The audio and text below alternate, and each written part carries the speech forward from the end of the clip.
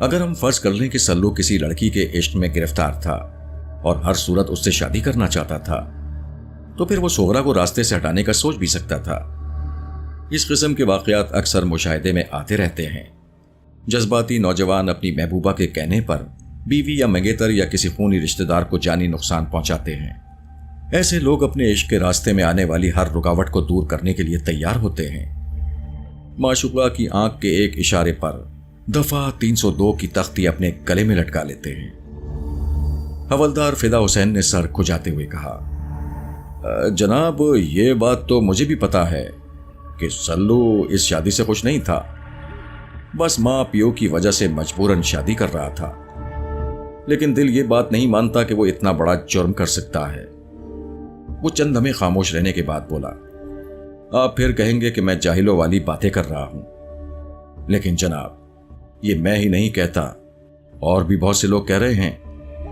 ابھی کچھ دیر پہلے امام مسجد قدرت اللہ صاحب نے بھی یہی بات کہی ہے۔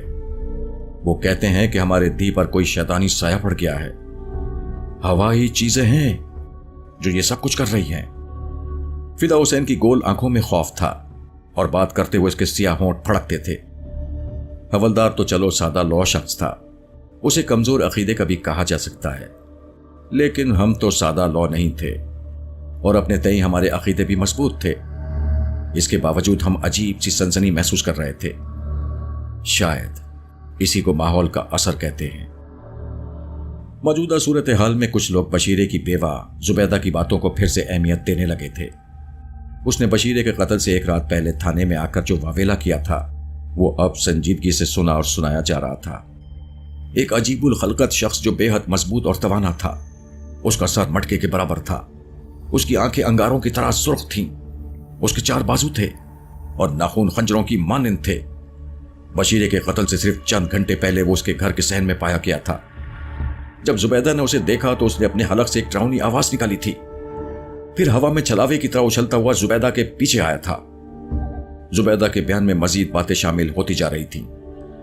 رائی کا پہاڑ اور بات کا بتنگڑ اسی طرح بنتا ہے۔ یہ اگلے روز کی بات ہے۔ شوکت کو عملے کے دیگر افراد کے ساتھ اغوا کے ایک کیس کی تفتیش کے لیے قریبی گاؤں میں جانا پڑا۔ میں ناشتے کے بعد گاؤں میں گھومنے نکل گیا۔ سب کو معلوم تھا کہ میں تھانے دار صاحب کا دوست اور خصوصی مہمان ہوں۔ وہ ہاتھ اٹھا اٹھا کر سلام کر رہے تھے، میرے لیے راستہ چھوڑ دیتے تھے۔ میں ان سے گھلنا ملنا چاہتا تھا، لیکن یہ کافی مشکل کام لگتا تھا۔ اگر میں عام حیثیت سے اس خوبصورت گاؤں میں موجود ہوتا تو شاید اپنی سیر کا زیادہ لطف اٹھاتا۔ میں گاؤں کی بیٹھک میں عام لوگوں کے ساتھ بیٹھتا، آگ تاپتا، دودھ پتی پیتا، کھٹی میٹھی باتیں سنتا، پھر کنویں پر چلا جاتا، تازہ پانی میں نہاتا، بچوں کے ساتھ اٹکیلیاں کرتا، پانی بھرنے والی دوشیزاؤں کو چور نظروں سے دیکھتا، یا پھر شام کو کھیل کے میدان میں پہنچ جاتا، باغپور ہائی اسکول کے لڑکوں کے ساتھ والی بال کھیلتا، یا پھر مقامی ہاکی سے لطف اندوز ہوتا۔ پھر ایک رومانی پہلو بھی تو تھا۔ شہر کے بابو گاؤں کی الڑ مٹیار اور نمبرداروں یا چودھریوں کے بیٹوں کی تکون بڑی پرانی ہے۔ اس تکون پر ان گنت کہانیاں لکھی گئی ہیں، درجنوں تو میں نے بھی پڑھ اور سن رکھی تھی۔ ایسی کوئی کہانی اور ایسی کوئی الڑ مٹیاری میرے راستے میں بھی تو آ سکتی تھی، مگر یہاں مسئلہ یہ تھا کہ میں وڈے تھانے دار شوکت گوندل صاحب کا قریبی دوست تھا۔ لوگ میری عزت کرنے پر مجبور تھے اور میں بھی لوگوں سے فاصلہ رکھنے پر مجبور تھا۔ میں گھوم پھر کر اور ایک بیلنے سے گنے کا تھوڑا سا رس پی کر تھانے کی طرف واپس آ رہا تھا کہ مجھے لہیم شہیم نوازش چاند کی شکل نظر آئی۔ وہ سر پر گول ٹوپی پہنے ہوئے جھومتا ہوا جا رہا تھا۔ یوں تو وہ شوکت کا مالک مکان تھا، لیکن خاص لوگ یہ بھی جانتے تھے کہ وہ شوکت کا مخبر خاص بھی ہے۔ مجھے دیکھ کر نوازش چاند کی بانچیں کھل گئی۔ وہ مجھے سر جی کہہ کر مخاطب کرتا تھا۔ میں نے کئی دفعہ منع بھی کیا، لیکن اس نے اپنی روٹین برقرار رکھی۔ اس نے میرے قریب آ کر اتنی گرم جوشی سے ہاتھ ملایا کہ ہاتھ کی ہڈیاں کڑکڑاتی ہوئی محسوس ہوئیں۔ بھائی میرا کام لکھنے لکھانے کا ہے، اتنا مت دبایا کرو کہ لاہور واپس جا کر قلم ہی نہ پکڑ سکوں۔ وہ میرے فکرے کو یکسر نظر انداز کرتے ہوئے بولا، سر جی اچھی بات ہے کہ آپ بھی مل گئے ہیں۔ آپ کے اور شوکت صاحب کے لیے میرے پاس ایک بڑی خاص اطلاع ہے۔ मैं आपको थाने चलकर बताता हूं। हम थाने पहुंचे। वहां हस्बे तवक्को शौकत मौजूद नहीं था। नवाजिश चांद बेताबी से शौकत का इंतजार करने लगा। वो बार बार उठकर टहलने लगता। चांद की हालत उस शख्स की तरह थी जिसे बहुत जोर का पेशाब आ रहा हो, उसका मसाना फटने के करीब हो, लेकिन हाजत रवाई की कोई सूरत नजर ना आ रही हो। 15-20 मिनट के इंतजार के बाद चांद बेबस हो गया। उसने बेहतर समझा कि शौकत की आमद से पहले ही मेरे और एएसआई के सामने पेट हल्का कर ले। वो कुर्सी घसीटकर हमारे सामने बैठ गया और बोला, दरअसल जब मेरे पास कोई खबर होती है ना, तो फिर मुझसे बर्दाश्त नहीं होता है। मेरा दिल चाहता है मैं फटाफट ये इत्तला शौकत सेब तक पहुंचा दूं। अब वो शौकत सेब नहीं है तो आप ही हैं। आप और शौकत सेब में भला क्या फर्क है? एएसआई नजीर ने कहा, चाचा जी अब सस्पेंस ही बढ़ाते रहोगे या कुछ बताओगे भी? चाचा जी कहने पर चांद अक्सर नाराज हो जाता था, मगर उस वक्त चांद का सारा ध्यान अपनी इत्तला की तरफ था, लिहाजा वो मोहम्मद नजीर की नादानी को नजरअंदाज कर गया। उसने मूंछों को बल देकर कहना शुरू किया, शौकत साहब ने कल मेरे जिम्मे एक खास काम लगाया था। उन्होंने कहा था कि मैं सल्लू के बारे में खोज शोज लगाऊं, पता करूं कि क्या सचमुच वो किसी कुड़ी के साथ प्यार करता है, और अगर करता है तो किसके साथ। मैं आज सारा दिन इसी चक्कर में रहा। दोनों सवालों का जवाब मिल गया है। सल्लू एक कुड़ी से प्यार करता है, यह तो है पहले सवाल का जवाब। दूसरे सवाल का जवाब बड़ा हैरान करने वाला है। मेरा ख्याल है कि आपको भी जरूर हैरानी होगी। हम हैरान होने के लिए पूरी तरह तैयार हैं। तुम बताओ, मैंने कहा। सर जी, मैंने जो टो लगाई है उसके मुताबिक सल्लू यानी सलाउद्दीन जुबैदा से प्यार करता है। जुबैदा को जानते हैं ना आप? वही अल्लाह बख्शे बशीरे की घरवाली। मुझे पता चला है कि वो दोनों कई सालों से चोरी चोरी एक दूसरे नाल प्यार करते हैं। नवाजिश चांद की इत्तला वाकई कान खड़े करने वाली थी। मैंने इस बारे में चांद से जरा तफसील के साथ पूछा। उसने गांव के 2-3 अफराद के नाम लिए जो इस इत्तला की तस्दीक कर सकते थे। चांद का कहना था कि सल्लू और जुबैदा के इश्क का चक्कर 5-6 साल पहले चला था, और लोग कहते हैं कि यह चक्कर अब तक किसी न किसी सूरत में मौजूद है। जुबैदा की शादी के बाद गांव में किसी ने भी कभी जुबैदा और सल्लू के बारे में कोई बात भी नहीं सुनी, मगर इससे यह मतलब हरगिज नहीं लिया जा सकता कि वो एक दूसरे को बिल्कुल भूल चुके हैं। ये अजीब सूरत हाल थी और सोचने पर मजबूर करती थी। 72 घंटे के वक्फे से 2 अंधे कत्ल हुए थे। कत्ल होने वाले दोनों अफराद का ताल्लुक जुबैदा और सल्लू वाले मामले से था। बशीरा जुबैदा का खाविन था और बदकिस्मत सुगरा खुबरू सल्लू की मंगेतर थी।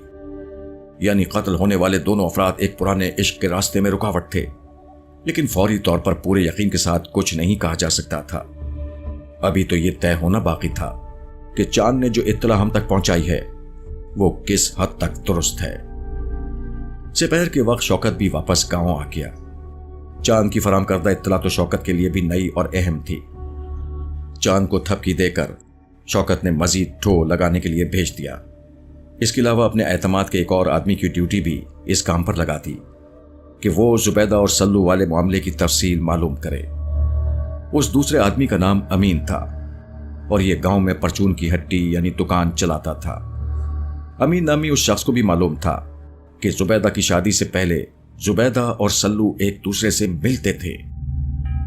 रात 9 बजे तक शौकत को इसके बारे में मजीद मालूमात हासिल हो गई।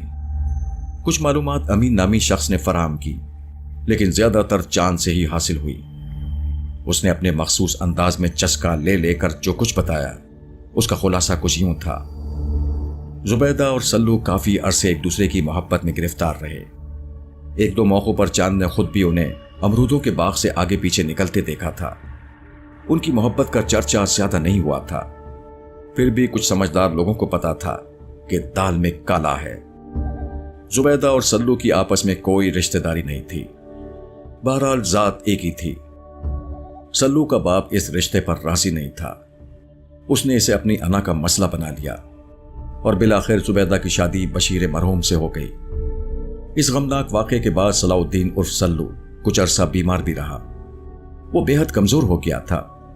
پھر 2-4 ماہ بعد ٹھیک تو ہو گیا، لیکن کہا جاتا ہے کہ اس نے نشہ کرنا شروع کر دیا تھا۔ اب بھی وہ نشے کا عادی تھا۔ وہ اکثر چپ چاپ اور الگ تھلگ رہتا تھا۔ ماں باپ کی خواہش تھی کہ جلد سے جلد اس کی شادی ہو جائے۔ شاید ان کا خیال تھا کہ گھر گرہستی میں مشغول ہو کر وہ ٹھیک ہو جائے گا۔ یہاں تک تو سلو کے بزرگوں کی سوچ شاید درست ہی تھی، لیکن سلو کی شادی کے لیے انہوں نے جو لڑکی ڈھونڈی تھی وہ سلو کی چچا زاد تھی، اور اسے صرف اس لیے سلو کی بیوی بنایا جا رہا تھا کہ ان کے بڑے اپنی خاندانی زمین کی تقسیم نہیں چاہتے تھے۔ یہ زمین بہت زیادہ تو نہیں تھی، لیکن جتنی بھی تھی بڑوں کے لیے اہم تھی۔ شاید 2-3 ایکڑ کا معاملہ تھا۔ شوکت کو اب تفتیش آگے بڑھتے ہوئے نظر آ رہی تھی۔ جب اسے کسی معاملے میں کامیابی کی امید نظر آتی تو اس کی آنکھیں ہمیشہ سے زیادہ روشن ہو جاتی تھیں۔ چاند کے جانے کے بعد اس نے سگریٹ سلگا کر اپنے دونوں پاؤں میز پر رکھے اور کرسی پر نیچے کو کھسکتے ہوئے بولا، ہاں جی صحافی صاحب، اب کیا کہتا ہے آپ کا ذہن اس بارے میں؟ میں نے کہا، یار میں تو یہاں آیا تھا گاؤں کی خوبصورتیاں دیکھنے کے لیے، تم نے مجھے خون خرابے کے چکروں میں پھنسا دیا ہے۔ ویسے بائی دی وے خوبصورتیوں سے تمہاری کیا مراد ہے؟ وہ معنی خیز لہجے میں بولا، جو مطلب تم نکالنے کی کوشش کر رہے ہو وہ میرے ذہن میں موجود نہیں ہے۔ میں درختوں، پرندوں اور کھیتوں کی بات کر رہا ہوں۔ ویسے تمہاری بھابھی ٹھیک ہی کہتی ہے، وہ اکثر میرے پیچھے پڑی رہتی ہے کہ اسلم کی شادی کرا دو، اور اگر وہ نہیں مانتا تو اسے کسی بہانے ہتھ کڑی لگا کر اس کے سر پر سہرا بندھوا دو۔ میں نے ہمیشہ بھابھی کی عزت کی ہے، پھر پتہ نہیں کیوں وہ مجھے عزت داروں میں نہیں دیکھنا چاہتی۔ اچھا، اس موضوع پر پھر بات کریں گے، ابھی تم مجھے یہ بتاؤ کہ زبیدہ اور سلو والے معاملے میں تمہاری کیا رائے ہے؟ میں نے بھی نیا سگریٹ سلگایا اور کرسی کی پشت سے ٹیک لگا کر ذرا نیچے کو کھسک گیا۔ ہم تھانے میں تھے اور یہ شوکت یعنی SHO کا کمرہ تھا۔ کھڑکی میں آہنی سلاخیں لگی ہوئی تھیں۔ کھڑکی سے آگے برآمدہ تھا اور برآمدے سے آگے گاؤں کی گلیوں میں سرد کالی رات سنسنا رہی تھی۔ اس سنسناہٹ میں آوارہ کتوں کی آوازیں تھیں یا کہیں دور سے چوکیدار کی بھررائی ہوئی آواز آتی تھی، جاگتے رہنا بھائیو، جاگتے رہنا۔ رات کے سناٹے میں چوکیدار کی آواز ہمیشہ اندیشے اور خطرے کو اجاگر کرتی ہے۔ آج یہ آواز کچھ زیادہ ہی پراندیش محسوس ہو رہی تھی۔ اس کا سبب اوپر تلے ہونے والے 2 واقعات تھے جنہوں نے باغپور کی فضا میں ارتعاش پیدا کر دیا تھا، بلکہ شاید باغپور کے ساتھ ساتھ اس پورے علاقے کو ہلچل سے دوچار کیا تھا۔ شوکت کے سوال کا جواب سنجیدگی سے دیتے ہوئے میں نے کہا، واقعات کی کڑیاں جوڑیں تو کہانی کچھ یوں بنتی نظر آتی ہے۔ سلو طویل عرصے سے زبیدہ کے عشق میں گرفتار تھا۔ شومی قسمت زبیدہ کی شادی بشیرے سے ہو گئی، لیکن سلو اور زبیدہ نے پھر بھی چوری چھپے ملنا جاری رکھا۔ دوری نے ان کے اندر بھڑکتی ہوئی آگ کو مزید بھڑکا دیا۔ آخر انہوں نے فیصلہ کیا کہ اپنے راستے میں آنے والی رکاوٹیں دور کر دیں۔ بڑی رکاوٹیں تو 2 ہی تھیں، یعنی بشیرہ اور سغرا۔ اب کہانی کچھ اس طرح ہو سکتی ہے۔ بشیرے کے قتل کی رات زبیدہ سوچے سمجھے منصوبے کے تحت تھانے پہنچی ہو۔ اس نے ہمیں گمراہ کرنے کی کوشش کی ہو۔ یہ گمراہ کرنے کی کوشش بھی تو ہو سکتی ہے کہ اس نے ہمیں اپنے گھر کے صحن میں ایک ناقابل فہم سائی کی موجودگی کی اطلاع دی، یعنی اس نے ہمیں باور کرانے کی کوشش کی کہ اس کے گھر میں کوئی خطرناک شے موجود ہے۔ اپنی دہقانی سمجھ بوجھ کے مطابق اس نے یہی خیال کیا تھا کہ تھانے والے اور گاؤں والے اس کی باتوں پر یقین کریں گے۔ اپنے طور پر اس نے تفتیش کو بھٹکانے کے لیے زمین ہموار کی۔ عین ممکن ہے کہ جب وہ تھانے میں ہمارے سامنے واویلا کر رہی تھی، سلو کہیں آس پاس موجود ہو اور بشیرے کو قتل کرنے کی تیاری کر رہا ہو۔ بعد ازاں جب ہنگامہ سرد ہو گیا، لوگ اپنے اپنے گھروں کو چلے گئے۔ گھر میں بشیرہ، زبیدہ اور اس کا بچہ رہ گئے۔ زبیدہ نے باہر کا دروازہ کھول کر سلو کو اندر بلا لیا اور اس کے ہاتھوں شوہر نامدار کا گلا گھٹوا دیا۔ یہاں ہمارے ذہن میں ایک سوال اٹھ سکتا ہے۔ دونوں فوجیوں کی تحقیق اس بات کی طرف اشارہ کرتی ہے کہ قاتل چھوٹے قد کا ایک چوڑا چکلا شخص تھا۔ سلو اس حلیے پر پورا نہیں اترتا، لیکن ہمیں یہ امکان نظر انداز نہیں کرنا چاہیے کہ سلو قتل کی یہ واردات کسی کرائے کے بندے سے بھی کرا سکتا ہے۔ یہ بھی تو ہو سکتا ہے کہ اس نے اپنے کسی یار یا دوست کی مدد لی ہو۔ سلو جیسے لوگ ایسے کاموں کے لیے اکثر کسی کا سہارا لیتے ہیں۔ میرے اور شوکت کے درمیان اس موضوع پر تادیر گفتگو ہوئی۔ اس گفتگو کا نتیجہ یہ نکلا کہ اگلے روز علل صبح شوکت نے سلو کو شامل تفتیش کر دیا۔ اس کے علاوہ زبیدہ کو بھی پولیس اسٹیشن بلا لیا گیا۔ وہ اپنے عمر رسیدہ والد کے ساتھ آئی۔ پولیس عام طور پر ملزمان کے علیحدہ علیحدہ انٹرویو کر کے ان کے بیانات میں تضاد ڈھونڈنے کی کوشش کرتی ہے۔ پرانے وقتوں میں بھی یہ طریقہ رائج تھا، خاص طور سے دیہات میں اس قسم کی پریکٹس عام تھی۔ تفتیشی افسر اس طریقہ کار کے مطابق ایک ہی جرم میں ملوث افراد کو علیحدہ علیحدہ اپنے کمرے میں بلاتا ہے، ان سے سوال جواب کرتا ہے اور ہر ایک کو یہ کہہ کر چکمہ دینے کی کوشش بھی کرتا ہے کہ اس کے ساتھی نے یا ساتھیوں نے اقبال جرم کر لیا ہے۔ شوکت نے پہلے سلو کو کمرے میں بلایا۔ میرے علاوہ وہ ASI نذیر بھی موجود تھا۔ حسب رواج شوکت نے پہلے تو سلو کو ڈرایا دھمکایا، اسے چمڑے کے لمبوترے چھتر کی جھلک دکھائی۔ سلو کا رنگ ہلدی ہو گیا۔ اس کے بعد شوکت نے قدرے نرم رویہ اختیار کیا اور سلو سے کہا کہ وہ تفتیش میں تعاون کرے تو شدید قسم کی سختی سے بچ سکتا ہے۔ جواب میں سلو نے لرزہ لہجے میں جو کچھ بتایا وہ اس طرح تھا۔ سلو نے تسلیم کیا کہ کچھ عرصے پہلے وہ زبیدہ سے محبت کرتا تھا اور اس سے شادی کر کے گھر بسانا چاہتا تھا، لیکن چونکہ زبیدہ کا والد اس رشتے پر راضی نہیں تھا، اس لیے شدید خواہش کے باوجود زبیدہ کو اپنا نہ سکا۔ کچھ عرصے وہ بہت پریشان رہا اور بیمار بھی ہو گیا، لیکن دھیرے دھیرے اس نے خود کو سنبھال لیا۔ سلو نے کہا کہ اب وہ زبیدہ کو بالکل بھلا چکا ہے، اسے بھول جانا ہی مناسب تھا۔ وہ کسی کی بہو ہے، کسی کے بچے کی ماں ہے، وہ اس سے خفیہ ملاقاتوں کا سوچ بھی نہیں سکتا۔ سلو سے سوال جواب ہو چکے تو زبیدہ کی باری آئی۔ شوکت نے اس کے بوڑھے باپ کو تسلی تشفی دے کر کمرے سے باہر بٹھا دیا۔ قتل والے واقعے کے بعد میں زبیدہ کو آج دیکھ رہا تھا۔ آج وہ بے تحاشا خوفزدہ نہیں تھی اور نہ ہی رو دھو رہی تھی۔ آج اس کے نقوش اصلی حالت میں نظر آ رہے تھے۔ وہ خوبصورت تھی، اگر سوگوار نہ ہوتی تو شاید زیادہ خوبصورت نظر آتی۔ اس نے اپنی سر کی اوڑھنی کو مضبوطی سے تھوڑی کے نیچے تھام رکھا تھا۔ شوکت نے اس سے بھی سلو جیسا سلوک ہی کیا۔ پہلے سخت لہجے میں بات کی، پھر تھوڑا سا نرم ہوا۔ زبیدہ نے جو بیان دیا وہ کافی حد تک سلو کے بیان سے مطابقت رکھتا تھا۔ اس نے کہا، تھانے دار سے میں اس بات سے انکار نہیں کرتی کہ 3-4 سال پہلے سلو مجھ سے بیاہ کرنا چاہتا تھا، مگر یہ سب تو پرانی باتیں ہیں جی۔ اب تو میری شادی ہو چکی تھی، میرے سردہ سائیں ہی میرا سب کچھ تھا۔ میں کوئی بری عورت نہیں ہوں جی، اللہ معاف کرے۔ میں اپنے سردے سائیں کو دھوکہ دینے کا سوچ بھی نہیں سکتی تھی۔ میرے بس میں ہوتا جی تو میں اپنی جان دے کر بھی اپنے بچے کے باپ کو بچا لیتی۔ وہ اشک بار تھی۔ شوکت نے اس سے زیادہ باز پرس مناسب نہیں سمجھی۔ صرف چند روز پہلے اس کا شوہر قتل ہوا تھا۔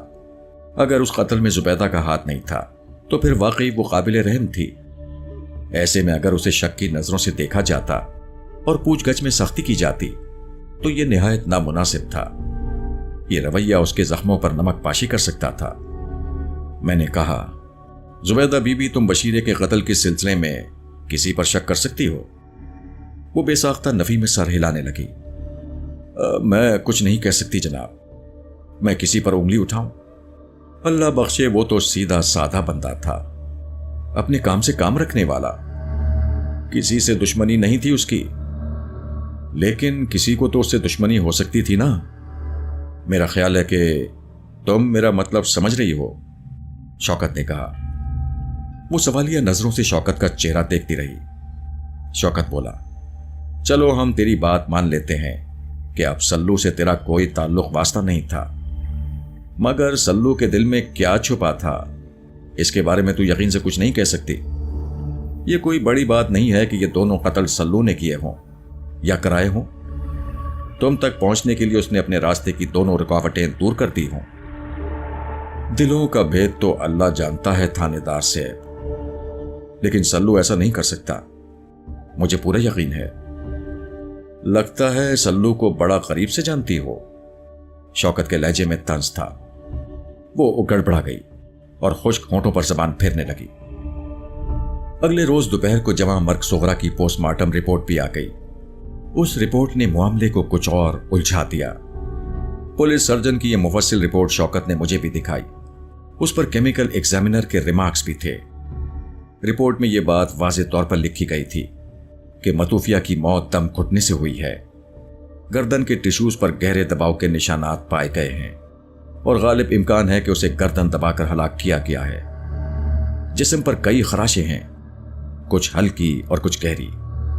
जिनसी आज़ा के नज़दीक भी ऐसी खराशें मौजूद हैं, लेकिन मुआयने में यह बात साबित नहीं होती कि मतूफिया की इज्जत लूटी गई है। इस रिपोर्ट में एक बहुत खास बात भी थी और यही वो बात थी जो इस वाक़े को और इस सारे मामले को बहुत उलझा देती थी। मतूफिया के लिबास और गर्दन के पास कुछ बाल बरामद हुए थे। अगर इस वाक़े को कत्ल तस्लीम कर लिया जाए तो ये बाल मकतूला के नहीं थे और ना ही कातिल के थे। ये बाल किसी इंसान के लगते ही नहीं थे। ये बाल किसी हद तक भूरे रंग के थे और 4 इंच के करीब लंबे थे। मकतूला के जिस्म और लिबास से ये गैर मानूस बाल 60-70 की तादाद में बरामद हुए थे। इन बालों के बारे में अभी मजीद तहकीक जारी थी। रिपोर्ट में मौजूदा मंदरजा वाला पैराग्राफ ने इस सारी रिपोर्ट को सनसनीखेज बना दिया था। ये पैराग्राफ ड्रामाई रंग लिए हुए थे और इसमें इसरारियत छलकती थी। ये सुतूर पढ़ने के बाद शौकत ने सवालिया नजरों से मेरी तरफ देखा। मैं भी सवालिया नजरों से उसकी तरफ देख रहा था। पता नहीं क्यों मेरी निगाहों में चंद रोज पहले का मंजर घूम गया। वही सर्द काली रात जब हम तय की हुई अंगीठी के सामने बैठे मूंगफली ठिकुर रहे थे। जुबैदा भागती हुई थाने में दाखिल हुई थी। वो दहशत से जर्द हो रही थी और चीख चीख कर कह रही थी, मेरे पीछे बला आ रही है। देहात की सर्दी शहर की सर्दी से काफी मुख्तलिफ होती है। ये बात तयशुदा है कि किसी गांव का दर्जा हरारत नजदीकी शहर के दर्जा हरारत से कहीं कम होता है। हरियाली और खुली आबो हवा की वजह से दरो दीवार पर कोहरा जम जाता है और तालाबों और जोहड़ों की बालाई सतह पर बर्फ की तह आम देखी जाती है। ये हड्डियों में सरायत करती हुई और गूदे को जमाती हुई सर्दी होती है, लेकिन इस सर्दी का अपना एक लुत्फ होता है। खासतौर से सुबह की ताजा हवा में गर्म चादर की बक्कल मारकर टहलना और फूल पत्तों से कतरा कतरा टपकती हुई ठंडक देखना एक खुशगवार तजुर्बा होता है। फिर आहिस्ता आहिस्ता धूप मकानों की छतों से उतरती है और गलियों तक पहुंचती है। ठिठरे हुए लोग बगलों में हाथ दिए इस सर्द कमजोर धूप में पनाह ढूंढने लगते हैं और शिद्दत से इस बात का इंतजार करते हैं कि यह धूप तेज और चमकीली हो जाए।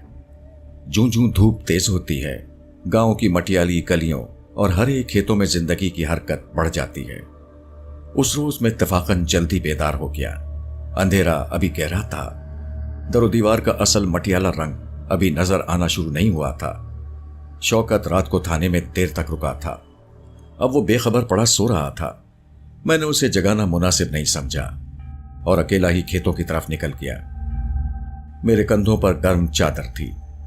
चेहरे को सर्दी से बचाने के लिए मैंने मफलर लिपेट रखा था। कल वाले वाकयात वक्ती तौर पर जहन से महव हो चुके थे। मैं भीगे हुए गिरदो पेश से लुत्फ उठाता कीकर की मसवाक करता हुआ गांव से बाहर जाने वाली पगडंडी पर चला जा रहा था। गांव से तकरीबन 2 फरलांग बाहर एक कुआं था। मेरा रुख कुएं की जानिब था। अचानक खेत की दूसरी जानिब से तेज ससराहट की आवाज आई। यूं लगा जैसे कोई फसल के दरमियान तेजी से भागा है। यह कमाद की खासी ऊंची फसल थी। पहले तो मुझे यही लगा कि कोई जानवर गालिबन कुत्ता वगैरह तोड़ रहा है, लेकिन फिर फौरन ही धप की आवाज आई। ऐसी आवाज किसी इंसान की कच्ची जमीन पर गिरने से ही पैदा हो सकती थी।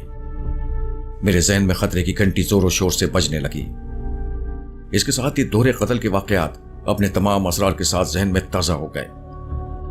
हथियार के नाम पर मेरे पास कोई शय नहीं थी। मेरे जहन में यह ख्याल बिजली की तरह कूदा कि शौकत के बगैर मैंने यूं सुबह सवेरे निकलकर अच्छा नहीं किया। एक दहशतज़दा चीख रात के सन्नाटे में उभरी और मेरे बदन में सनसनी की तेज लहरें दौड़ गई। यकयक जहन खौफनाक खदशात की आमाज का बन गया। मैंने चंद सेकंड के अंदर हौसला जमा किया, फिर तेजी से आवाज की समत किया। ये नस्वानी आवाज थी। अभी मैं चंद कदम ही गया था कि नामालूम औरत दहशत से फटी हुई आवाज में दोबारा चीखी। मुझे अंदाजा हुआ कि औरत औंधे मुंह गिरी पड़ी है और मदद के लिए पुकार रही है। लेकिन एक खास बात मैंने मजीद नोट की। औरत पंजाबी या उर्दू के बजाय किसी और जबान में पुकार रही थी।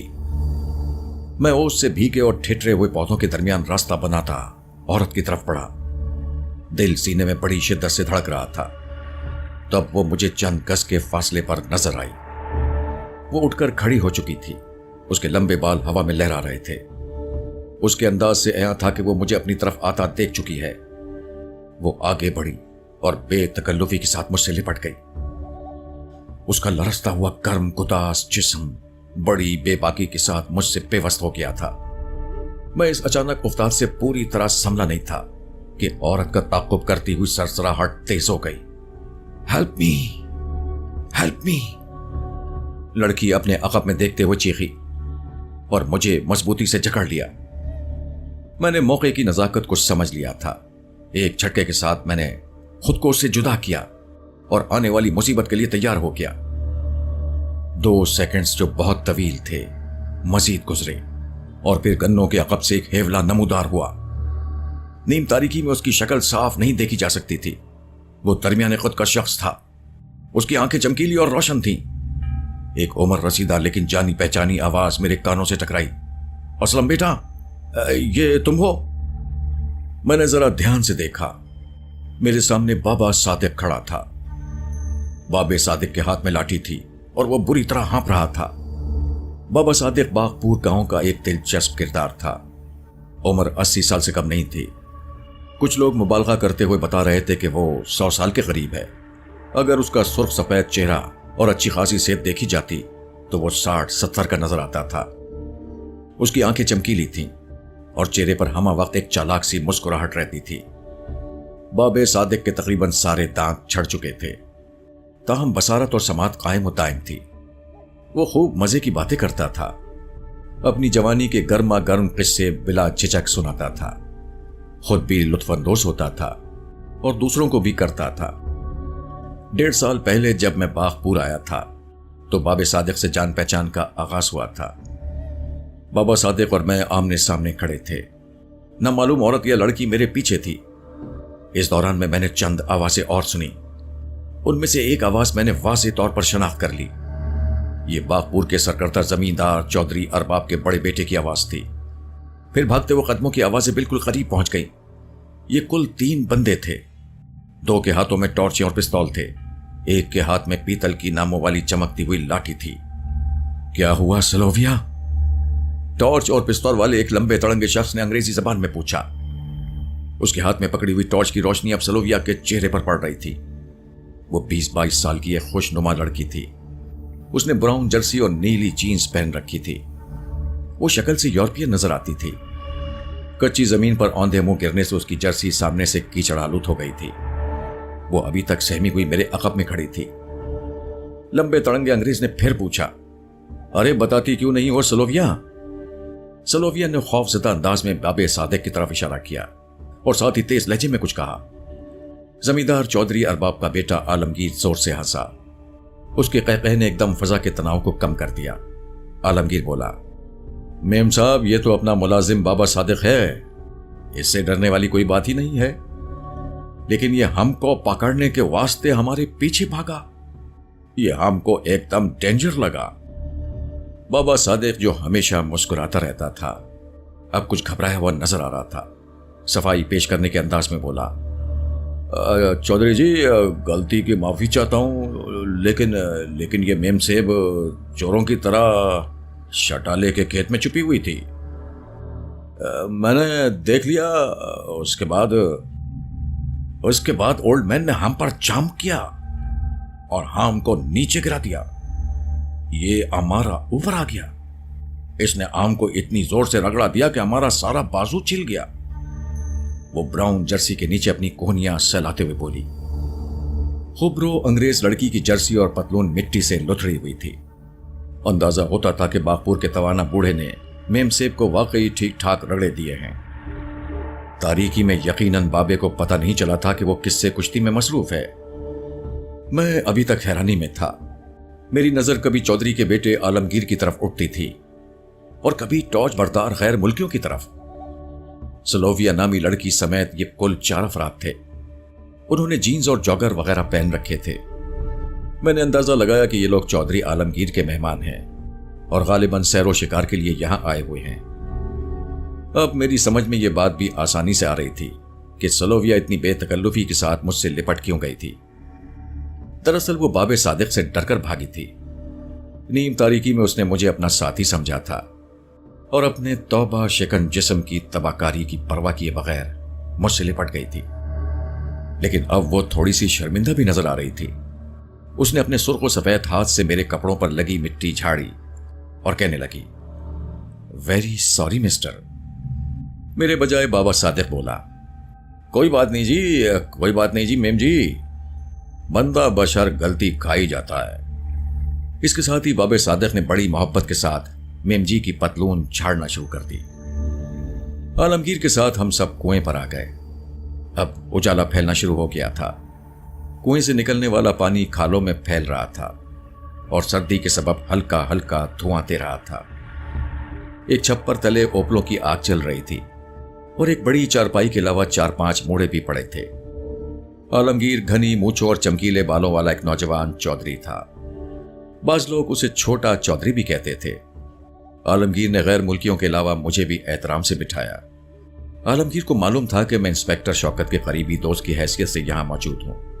उसने पंजाबी में बात करते हुए मुझे बताया, असलम साहब, ये लोग विलायत से आए हैं, तहसीलदार साहब के खास मेहमान हैं। ये इलाके में शिकार वगैरह करना चाहते हैं। तहसीलदार साहब ने इन्हें अब्बा जी के पास भेज दिया। साथ में शिकार के 7-8 परमिट भी भेज दिए हैं। ये लोग अब 8-10 रोज यहीं रहेंगे। आलमगीर ने मजीद तफसीलात भी बताई। उनसे मालूम हुआ कि रात को कूंच के शिकार का प्रोग्राम बनाया गया था। ये शिकार उमूमन रात को ही किया जाता है क्योंकि कूंच रात को ही आती है। शिकार के सिलसिले में ही ये सब लोग खेतों में छुपे हुए थे। एक जख्मी कूंच को पकड़ने के लिए सब भाग खड़े हुए, लेकिन सलोविया चूंकि थकी हुई थी इसलिए वहीं बैठी रही। इस दौरान में बाबा सादिक जो कुएं के पास कटी हुई फसल की रखवाली के लिए बैठा था, पेशाब करने खेतों की तरफ आया। उसे मालूम नहीं था कि सलोविया यहां कमात में मौजूद है। उसने सलोविया को मशकूक समझकर उसे ललकारा और पकड़ने के लिए पड़ा। सलोविया डर कर भाग खड़ी हुई। बाबे सादिक की टांगों में जवानी जैसी फुर्ती थी। उसने कुछ आगे जाकर सलोविया को दबोच लिया और जोश में उसे अच्छा खासा रगेदा। मैंने अंग्रेजों से भी गुफ्तगू की। उनमें से जैक और हार्डी 2 भाई थे। शिकार के अलावा फुटबॉल के भी जबरदस्त शौकीन थे। तीसरा स्मिथ था। अपने साथियों की तरह यह भी जवां साल था। लंदन में एक मोटर वर्कशॉप चलाता था।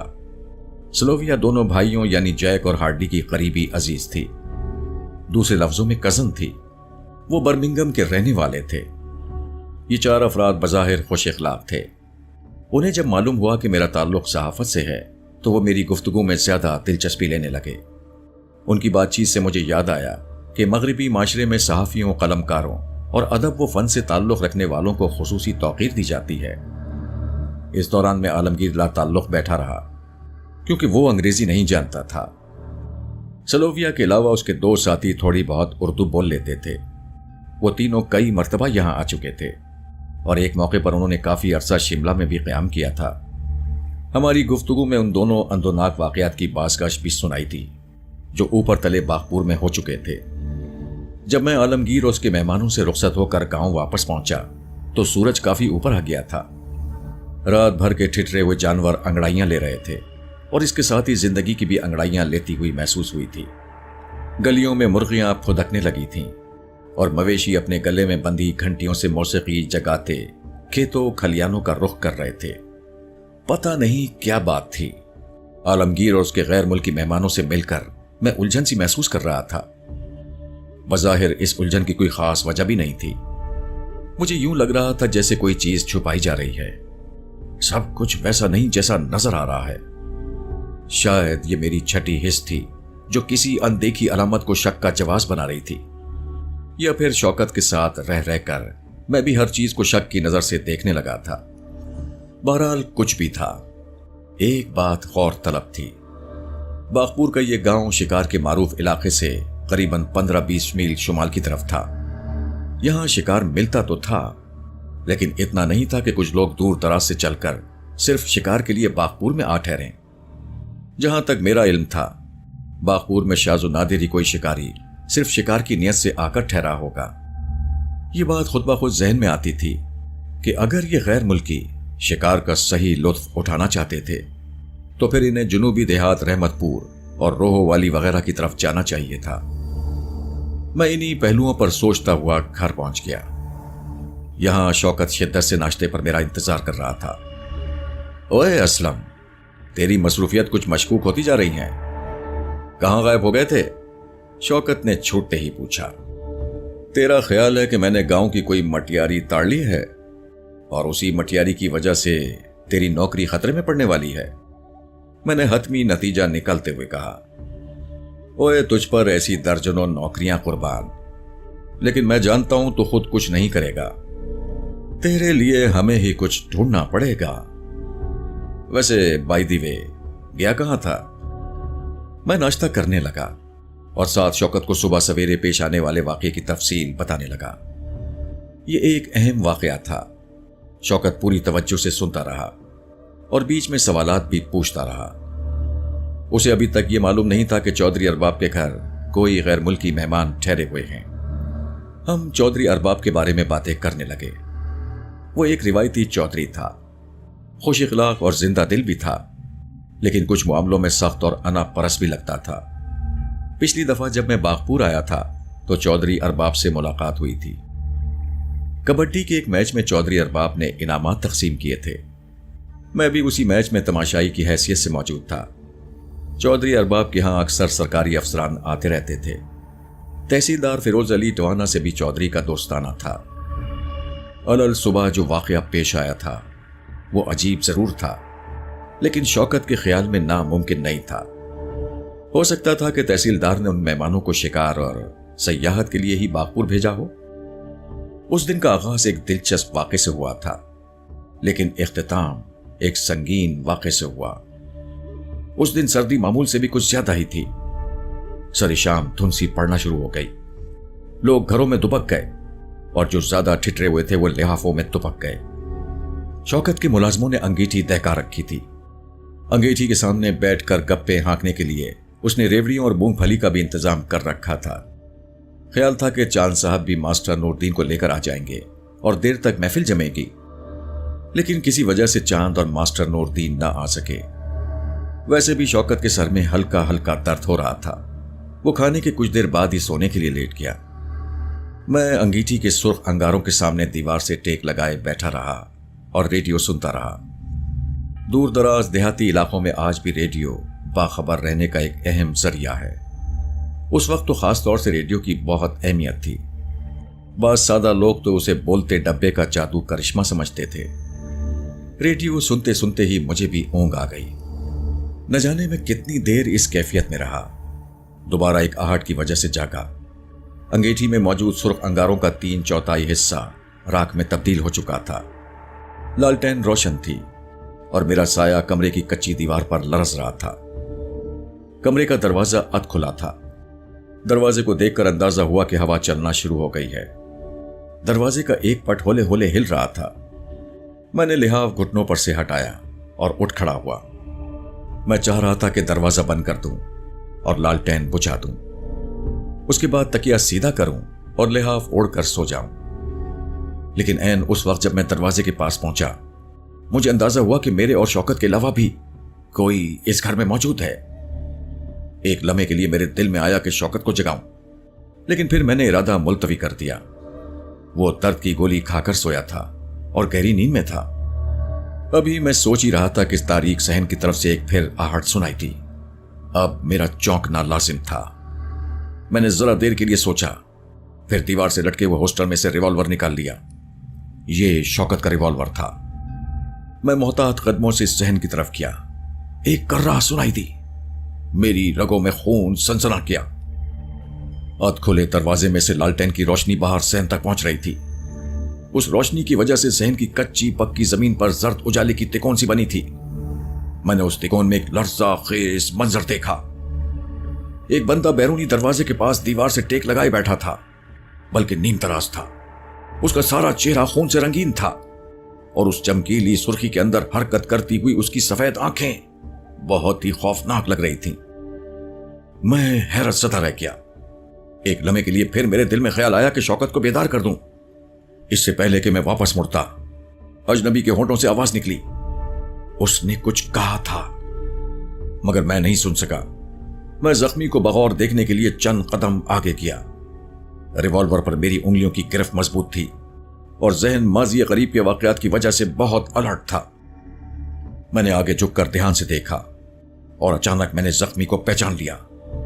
ये चांद था।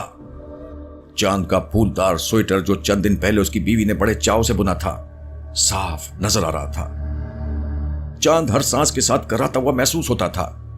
मेरे मुंह से बेसाख्ता निकला, चांद भाई क्या हुआ? चांद ने कोई जवाब नहीं दिया। मैं आगे बढ़कर उसके करीब बैठ गया। लालटेन की रोशनी में चांद का निस्फ सर साफ दिखाई दे रहा था। सर पर गहरा जख्म था। यहां से बहने वाले खून ने चांद के सांवले चेहरे पर सुर्ख नकाब सी चढ़ा रखी थी। यही खून था जो उसकी गर्दन पर बहता हुआ नीचे आया था और उसके कुर्ते और शलवार को भिगो रहा था।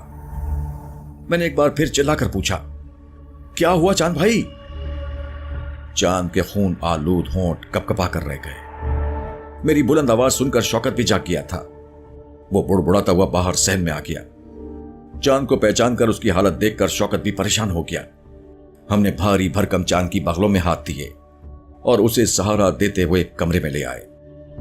शौकत ने लालटेन उठाकर चांद के सर के बिल्कुल पास की। सर का जख्म काफी गहरा था। दरहकीकत ये जख्म पेशानी से जरा ऊपर आया था। बज़ाहिर ये किसी तेज धार नोकीली शय की सरफ लगती थी। ताहम एक बात मेरे साथ साथ शौकत ने भी महसूस की।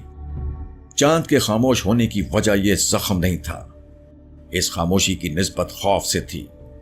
उसकी आंखों में एक नाकाबिले फहम डर जमा हुआ था, एक ऐसी कैफियत जिसने उस पर सख्तातारी कर दिया था। खून अभी बह रहा है, शौकत ने परेशान लहजे में कहा। मेरा ख्याल है कि चांद साहब को डॉक्टर की जरूरत है, मैंने मशवरा दिया। कंपाउंडर रहमत से काम चल जाएगा? मैंने नफी में सारे लाया। लेकिन अस्पताल जाने के लिए तो गाड़ी की जरूरत होगी, जीप भी खराब पड़ी है। मैंने आज शाम चौधरी अरबाब की हवेली के सामने गुजरते हुए एक सुर्ख कार देखी थी। हवेली के सहन में खड़ी थी।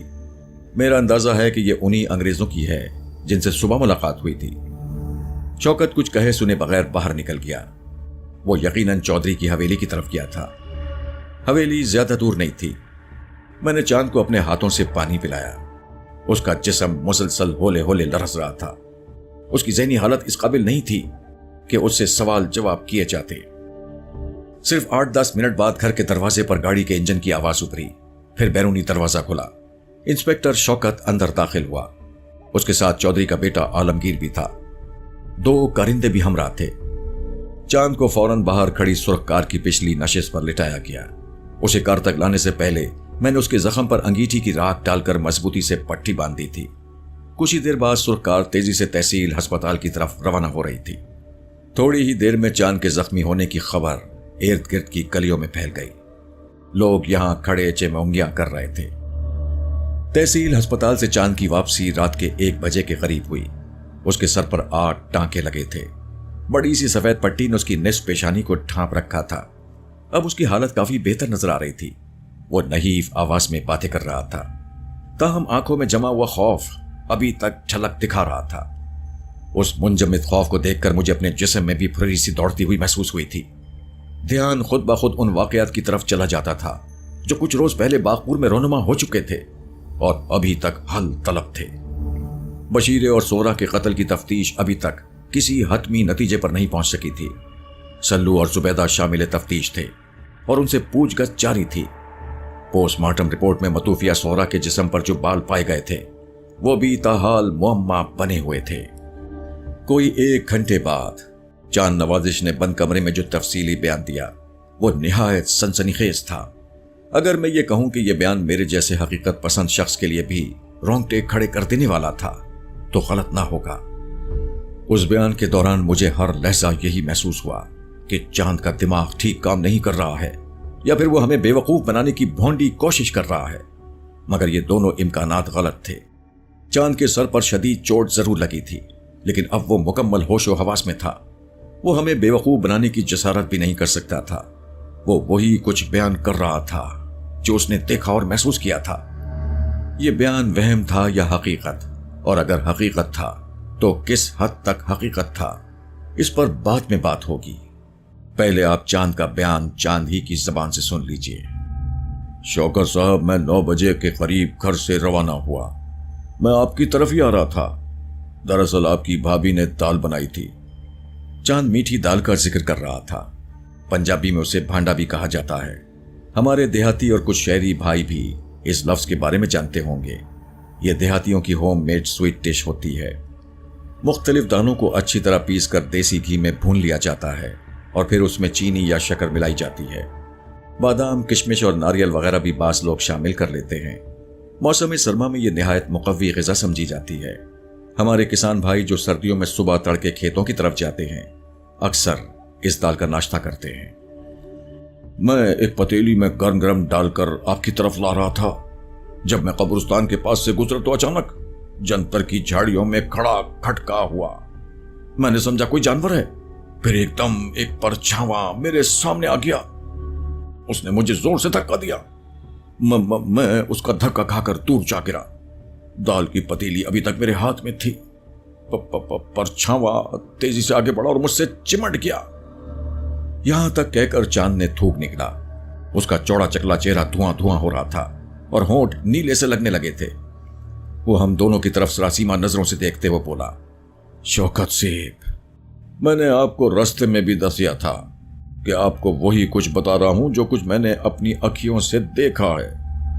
मुझको आपसे गलत बयानी करने की कोई लोड़ नहीं है। चांद, हमें तुम पर पूरा यकीन है, शौकत ने कहा। हम तुम्हारी बात पूरी तवज्जो से सुन रहे हैं। चांद ने एक बार फिर थूक निकला और सिलसिला कलाम जोड़ते हुए बोला, शौकत सेब, अंधेरा जरूर था पर मैं साफ देख रहा था। जो बंदा मुझसे चिमट गया था वो कोई इंसान नहीं था। उसके जिस्म के अंदर किसी जंगली जानवर जैसा जोर था और उसकी आंखें लाल अंगारों की तरह चमका दे रही थी। शौकत सेब, मैं कसम खाकर कह सकता हूं, उसके 2 नहीं बल्कि 4 हाथ थे। उसकी टांगे भी 2 से ज्यादा थी। मैंने अपनी गुनाहगार आंखों से देखा है। उसके सर पर सींगों की तरह कोई मुड़ी हुई शह थी और उसका सर, चांद ने चुरचुरी ली, उसका सर जनाब मटके से थोड़ा ही छोटा होगा। मुझे बिल्कुल ये लगा जैसे मैं जागती अखियों से कोई डरावना ख्वाब देख रहा हूं। चांद के होंठ गहरे नीले हो गए और हाथ पैरों पर एक बार फिर राशा सा तारी हो गया। इस वाक़े को दोहराते हुए उस पर वही कैफियत तारी हो गई थी जिससे वो आज रात पहले गुजरा था। उसकी आंखें जैसे वो सारा मंजर फिर से देख रही थीं और उनमें बतदरीज डर जमा हो रहा था। चांद के चेहरे के तासुरात महसूस करके शौकत और मैं भी उलझन आमेज परेशानी का शिकार हो रहे थे। बंद कमरे से बाहर सरमा की तवील रात गांव के कच्चे दरो दीवार पर ठहर सी गई थी। सन्नाटे में आवारा कुत्तों की दूर उफ्तादा आवाजों के सिवा और कुछ नहीं था। चांद चंद लम्हों तक जैसे अपने हवास दुरुस्त करने की कोशिश करता रहा, फिर बात जारी रखते हुए बोला, शौकत से उसके जिस्म से इतनी सख्त बदबू आ रही थी कि मैं आपको बता नहीं सकता। मैंने अंधाधुन उससे पीछे की तरफ धक्का दिया और चीखे मारता हुआ भाग खड़ा हुआ। वो मनहूस परछावा मेरे पीछे भागा। उस वक्त मेरे दिमाग में बस एक ही बात थी, मैं किसी तरह कब्रिस्तान से निकल जावा। मेरी जुत्ती मेरे पांव से निकल गई थी, पर जुत्ती की होश किसको थी? एकदम मुझे किसी चीज से ठोकर लगी। मैं मुंह भार के गिरा। उस वक्त मैं कब्रिस्तान की हदों से निकल आया था। बाबे फैज के घर के सामने भैंसों की खुरली पड़ी थी। मेरा मत्था खुरली से लगा, सख्त चोट आई। अखियों के सामने एकदम तारे से नाच गए थे। एक सेकंड के लिए तो मुझे कुछ पता ही नहीं लगा कि मेरी नाल क्या हो रहा है। बाबे फैज का एक कारिंदा उस वक्त भैंसों के पास ही सो रहा था। वो मेरी चीखों पुकार सुनकर जाग पड़ा, मगर परछावे यानी साए को देखकर वो इतना ज्यादा डरा कि मेरी मदद के ख्याल से उसके दिमाग वजूद निकल गया। वो बस उठकर भाग खड़ा हुआ। मैंने मुड़कर देखा, परछावा भी गायब था। मेरे मत्थे विचों खून का फव्वारा फूट रहा था। इस तरह लगता था कि कोई मेरे मुंह पर गर्म पानी डाल रहा है। मेरे दिमाग ने काम किया। मैंने सोचा कि अगर मैं यहीं बेहोश होकर गिर गया तो कोई मुझको उठाने नहीं आएगा। मैं यहीं पर पड़ा पड़ा ठंड से अकड़ जाऊंगा। میں نے ہمت کی اور گرتا پڑتا آپ کے دروازے تک پہنچ گیا۔ یہ میرا اللہ ہی جانتا ہے کہ قبرستان سے آپ کے گھر تک میں کیسے پہنچا۔ ہر گھڑی مجھے یہی دھڑکا لگا ہوا تھا کہ ابھی وہ منوس پرچھاواں کسی گلی سے نکلے گا اور مجھ سے چمڑ جائے گا، بلکہ مجھ کو تو اب ایسے ہی لگتا ہے جیسے وہ کوئی بدروح شے ہے۔ چاند اپنا بیان ختم کرتے کرتے ہانپ گیا تھا۔ سخت سردی میں بھی اس کی پیشانی پر پسینے کی چمک تھی۔ چاند کا بیان خاصا سنسنی خیز تھا، لیکن میرے اور شوکت کے لیے ممکن نہیں تھا کہ اس بیان کو منو ان تسلیم کر لیں۔ اس بیان کے حوالے سے ہمارے ذہن میں کئی سوالات اٹھ رہے تھے، تاہم ہم یہ بھی جانتے تھے کہ اگر ہم نے چاند سے یہ سوالات کیے تو وہ جھنجھلا جائے گا۔ اس کا یہ شک یقین میں بدل جائے گا کہ ہم اس کی باتوں کو قرار واقعی اہمیت نہیں دے رہے ہیں، اور شاید اس کی دماغی حالت پر بھی شبہ کر رہے ہیں۔ چاند کے بیان کے حوالے سے جو بات فوری طور پر ذہن میں آئی تھی وہ یہ تھی کہ شدید خوف کے عالم میں چاند کو کچھ نظری دھوکے یعنی بصری وہمیں ہوئے ہیں۔ اب وہم کتنے فیصد ہے اور حقیقت کتنے فیصد، اس بارے میں کوئی فیصلہ کرنا دشوار تھا۔ اس قسم کی باتیں چھپی کب رہتی ہیں۔ چاند نے جو کچھ بتایا تھا وہ اگلے روز دوپہر تک پورے باغپور میں مشہور ہو چکا تھا۔ لوگ چیمنگیاں کر رہے تھے، تبصرے ہو رہے تھے، چہروں پر خوف سجا ہوا تھا، اور یہ خوف بتدریج گہرا ہوتا چلا جا رہا تھا۔ دراصل جب اس قسم کی باتیں پھیلتی ہیں تو پھر ان میں اضافی نکتے اور مبالغے کے پہلو شامل ہوتے چلے جاتے ہیں۔ اس کے ساتھ ساتھ ان باتوں کے اثرات میں بھی شدت آ جاتی ہے۔ یہاں باغپور میں بھی یہی کچھ ہو رہا تھا۔ افواہیں گردش کرنے لگی تھیں۔ چند ایک بے سروپا باتیں خود میں نے بھی سنی۔ جو کچھ ہو رہا تھا وہ بالکل قابل فہم تھا۔ حالات حقیقتاً خوفزدہ کرنے والے تھے۔ 5-6 روز میں اوپر تلے 3 پراسرار واقعات رونما ہو چکے تھے۔ ان واقعات میں 2 افراد یعنی بشیرہ اور صغرا جان سے ہاتھ دھو چکے تھے، جبکہ ایک شخص چاند شدید زخمی ہوا تھا۔ چاند کے بیانات نے اس سارے معاملے کو مزید الجھا دیا تھا، بلکہ کہنا یہ چاہیے مزید پراسرار بنا دیا تھا۔ اس بیان کے ڈانڈے صاف طور پر پچھلے 2 واقعات سے مل رہے تھے۔ چاند کا بیان مقتول بشیرے کی بیوی زبیدہ کے بیان سے بہت حد تک مطابقت رکھتا تھا۔ زبیدہ نے بشیرے کی موت سے چند گھنٹے قبل اپنے گھر کے صحن میں ایک پراسرار ہیولا دیکھا تھا۔ زبیدہ نے ہیولے کا جو نقشہ کھینچا تھا وہ ناقابل یقین تھا۔ اس نے ہیولے کے 4 ہاتھ بتائے تھے، جبکہ ہیولے کا سر مٹکے کے برابر تھا۔ اس وقت زبیدہ کی باتوں پر بہت کم لوگوں نے یقین کیا تھا، لیکن پھر اوپر تلے 2 پراسرار قتل ہو گئے تھے، اور اب چاند جیسے ہوش مند بندے نے سرد رات کی تاریکی میں شدید زخمی ہونے کے بعد ایک ایسا بیان دیا تھا جو بہت حد تک زبیدہ کے بیان کی تائید کرتا تھا۔ تھانے دار میں حوالدار فدا حسین کی گفتگو میں اب خاص قسم کا اعتماد اور تم تراق آ گیا تھا۔ اس کے اس موقف کو زبردست تقویت ملی تھی کہ یہ سارا معاملہ روحانی ہے اور باغپور میں ہونے والے دونوں خونی واقعات کے پیچھے آسیب وغیرہ کا چکر ہے۔ مجھ سے بھی حوالدار فدا حسین کی تھوڑی سی بات ہوئی۔ وہ میرا کندھا دبا کر سرگوشی میں بولا، صاحب جی مجھے پتا ہے کہ آپ دوسرے ذہن کے بندے ہیں، لیکن آج نہیں تو کل آپ کو بھی یہ بات ماننا پڑے گی کہ یہاں باغپور میں کچھ چل رہا ہے۔ کوئی ایسی شے یہاں موجود ہے جسے میں اور آپ نہیں دیکھ سکتے اور نہ سمجھ سکتے ہیں۔ تمہارا مطلب ہے کوئی ہوائی چیز؟ میں نے کہا، بالکل جی بالکل، ایسا ہو سکتا ہے، ایسا پہلے بھی ہوتا رہا ہے۔ اس نے بڑے یقین سے اپنا سر اوپر نیچے ہلایا۔ میں نے اندازہ لگایا کہ اگر میں نے گفتگو جاری رکھی تو مجھے حوالدار فدا سے ماضی کا کوئی بے ڈھنگا قصہ سننا پڑے گا۔ میں نے جلدی سے موضوع بدل دیا۔ حوالدار فدا اور کانسٹیبل عنایت کی باتوں سے پتا چلا کہ اس واقعے کی خبر باغپور میں ہی نہیں، ارد گرد کے دیہاتوں میں بھی پھیل چکی ہے۔ تقریباً 90% لوگوں کو یقین ہے کہ باغپور میں جو کچھ ہو رہا ہے یہ ایک ہی سلسلے کی کڑیاں ہیں اور یہ کسی بندے بشر کا کام نہیں۔ ان میں سے اکثر کچھ لوگ یہ سمجھتے ہیں کہ یہ آسیب کا چکر ہے۔ کچھ لوگوں کا خیال ہے کہ باغپور میں کوئی خونی بلا آگ گھسی ہے اور وہ گھات لگا کر لوگوں کو نقصان پہنچا رہی ہے۔ شوکت سگریٹ پر سگریٹ پھونک رہا تھا۔ وہ صبح سویرے بس تھوڑی دیر کے لیے سویا تھا۔ اس کی آنکھوں میں رت جگہ کی سرخی تھی۔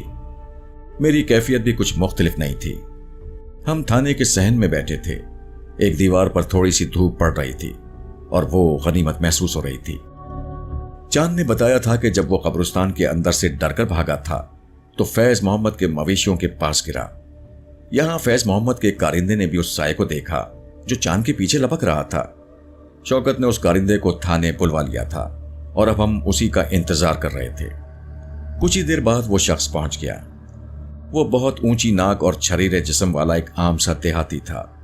عمر 24-25 سال رہی ہوگی۔ اس کا نام طفیل تھا۔ اس کے ساتھ بابا فیض محمد بھی تھا۔ بابا فیض کے ہاتھ میں ایک پتیلی تھی اور ایک جوتا بھی تھا۔ یہ وہی پتیلی تھی جس میں چاند میٹھی دال لے کر ہماری طرف آ رہا تھا۔ جب وہ مویشیوں کے پاس پہنچ کر گرا اور چارے والی کھلی سے ٹکرایا تو یہ پتیلی بھی اس کے ہاتھ سے گر گئی۔ اس کا جوتا قبرستان کے اندر سے گزرنے والے راستے سے ملا تھا۔ شوکت نے طفیل نامی شخص سے سوال جواب کیے۔ طفیل کی باتوں سے چاند کے بیان کی تصدیق ہوئی۔ طفیل نے بتایا کہ کل رات وہ مویشیوں کے پاس چھپر کے نیچے سو رہا تھا۔ غنودگی کی حالت میں اسے کسی کے بھاگنے اور شور مچانے کی آوازیں آئیں۔ یہ چاند صاحب ہی تھے۔ وہ لکڑی کی کھرلی کے پاس اوندھے منہ گرے۔ وہ ہڑبڑا کر اٹھ بیٹھا اور زور سے بولا، کون ہے؟ اس نے ایک سایہ دیکھا جو ڈیرے اور قبرستان کے درمیان جنتر کی جھاڑیوں میں کھڑا تھا۔ وہ کافی صحت مند لگتا تھا۔ بظاہر سایہ کسی انسان کا تھا، لیکن اس کی گردن نظر نہیں آتی تھی۔ لگتا تھا کہ کندھوں کے اوپر ہی کوئی بہت بڑا سا سر رکھا ہوا ہے۔ اور پھر وہ یکدم ٹھٹک کر جھاڑیوں کے پیچھے ہو گیا۔ میں نے طفیل نامی اس بندے سے پوچھا، تمہارا کیا خیال ہے، وہ کس کا سایہ تھا؟ طفیل کے چہرے پر سردی پھیل گئی۔ وہ الجھن آمیز انداز میں بولا، میں کچھ نہیں کہہ سکتا جناب۔ وہ مجھ سے 20-30 قدم دور کھڑا تھا۔ اندھیرا بھی بہت تھا اور جھاڑیاں بھی تھیں۔ مجھے بس اس کا پرچھاواں ہی نظر آ رہا تھا۔ چلو تم یہ تو بتا سکتے ہو نا کہ وہ بندے کا پرچھاواں لگتا تھا یا جانور کا؟ شوکت نے پوچھا۔ جی بندے ہی کا لگتا تھا جی۔ بندہ ہی اپنے دونوں پیروں پر کھڑا ہوتا ہے۔ میں نے آپ کو بتایا ہے نا کہ میں کچھ بھی ٹھیک سے دیکھ نہیں سکا۔ طفیل بری طرح گڑبڑایا ہوا تھا۔ وہ چاہتا تھا کہ اس پوچھ گچھ سے فٹافٹ اس کی جان چھوٹ جائے۔ ابھی شوکت طفیل اور بابا فیض محمد سے بات چیت کر ہی رہا تھا کہ ایک ASI اندر آ گیا۔ یہ شوکت کے تھانے کا نہیں تھا۔ پتہ چلا کہ یہ سرگودا سے آیا ہے اور اس کی حیثیت SP قربان چٹھا صاحب کے خصوصی نمائندے کی ہے۔ یہ ASI قربان چٹھا صاحب کا قریبی عزیز بھی تھا۔ اس کا نام تو کچھ اور تھا، لیکن شوکت اسے گڈو کہہ کر مخاطب کر رہا تھا۔ وہ گڈو کے ساتھ بڑی بے تکلفی سے بول رہا تھا۔ ASI گڈو کی زبانی پتہ چلا کہ باغپور میں پیش آنے والے تازہ ترین واقعے کی خبر SP صاحب تک بھی پہنچ چکی ہے اور وہ اس حوالے سے پریشان ہیں۔ ان دنوں مواصلات کا نظام نہ ہونے کے برابر تھا۔ خاص طور سے دور دراز کے تھانوں سے اعلیٰ افسران کا رابطہ بڑی مشکل سے ہو پاتا تھا۔ خط ارسال کیے جاتے تھے یا پھر گھڑ سوار کارندوں کی زبانی پیغامات دے کر بھیجا جاتا تھا۔ گڈو بھی اسی طرح لمبا سفر طے کر کے یہاں تک پہنچا تھا۔ SP چٹھا صاحب نے گڈو کے ذریعے شوکت سے اب تک کی تحریری رپورٹ مانگی تھی۔ گڈو سے زبانی بات چیت کے بعد شوکت تحریری رپورٹ تیار کرنے میں مصروف ہو گیا۔ وہ ایک رپورٹ پہلے بھی روانہ کر چکا تھا جس میں بشیرے اور سہرا کی اموات کا ذکر تھا اور دونوں کیسوں پر ہونے والی تفتیش کا مختصر احوال بھی تھا۔ اپنی نئی رپورٹ میں شوکت نے SP صاحب کو بتایا کہ بدلی ہوئی صورتحال میں پچھلی تفتیش کافی حد تک بیکار محسوس ہو رہی ہے۔ ہم نے اب تک اس مفروضے پر کام کیا ہے کہ سلو اور زبیدہ ایک دوسرے کو پسند کرتے تھے۔ انہوں نے ایک دوسرے کو حاصل کرنے کے لیے اپنے اپنے راستے کی رکاوٹیں ہٹائی ہیں۔ شروع میں اس بات کے اندر کافی وزن محسوس ہوتا تھا، لیکن اب تک کی تفتیش سے خیال پیدا ہوتا ہے کہ یہ محض ایک اتفاق تھا۔